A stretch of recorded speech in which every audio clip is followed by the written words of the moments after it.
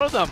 They kind of just hung in there, but now they are taking things within their own control and continuing the push with the two members.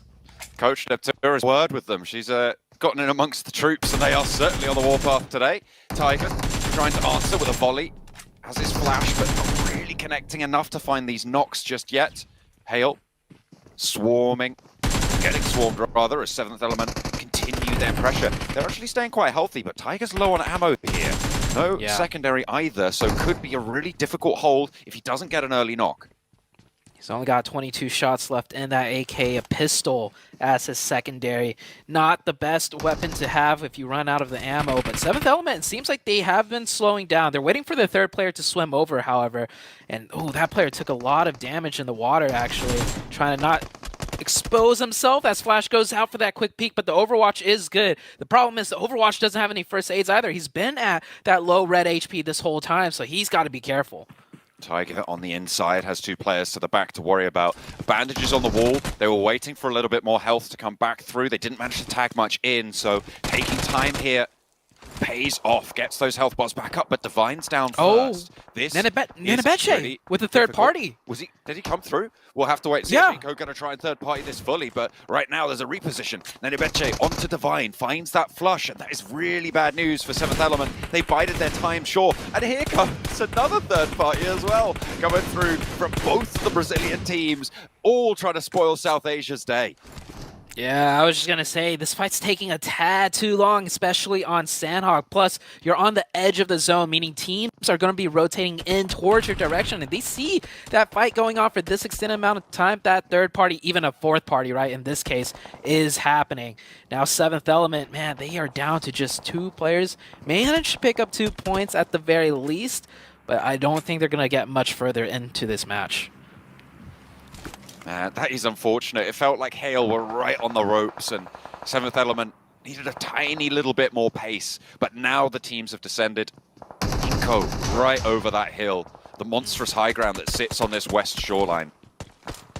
Really, really solid, looking down over this sort of area.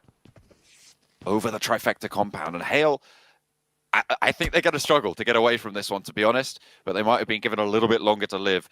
Intense game, going to roll up onto Alian with the UMP. Doesn't seem to have too many meds either. Is Adrian going to check the corner? Intense game, going to lose a player to a snake.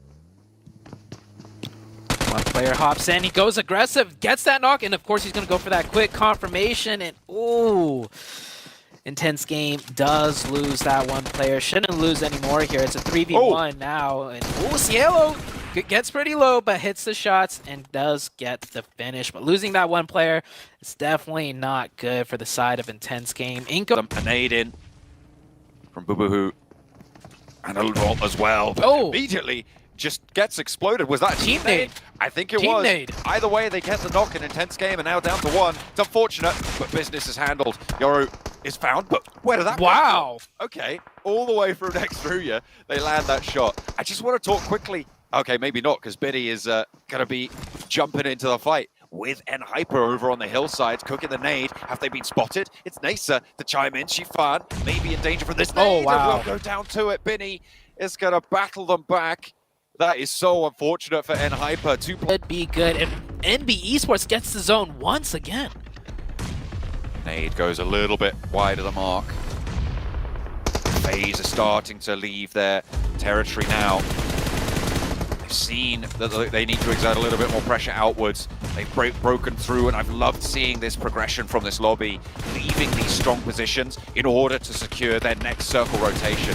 NB a little bit more hesitant. They still have this high ground to leave, and they aren't going to stick out just yet. Hero trying to wind up for the final blow towards SANHOK's DPS over the ridgeline, and it does connect even at that range, but sprayed down by NB in the process, and we're down to 2 teams. FaZe with 3, NB with all 4. This should definitely be NB's game.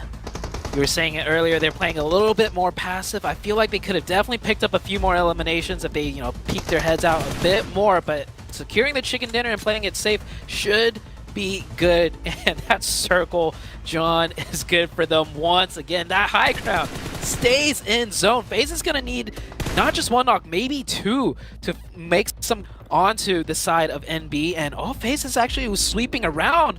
NB playing a little bit too far back allows FaZe to get very close to them on one side. Akaze as well on that off angle, trying to slow FaZe from moving forwards, and it just strikes at the perfect time. Finds a knock, and that might just be it. FaZe. They've taken 2 knocks now, 1 flush. Akaze still yet to be handled. Bella's out in the blue. Will go down to the plate, and this is NB all day. Onzent trying to find something from behind the blitz, doing a lot of damage. Looks for the flood, but that the finish comes through, and it's NB to take SANHOK. NB Esports, they got the zones, they played up all 4 up, secured the chicken dinner. Can't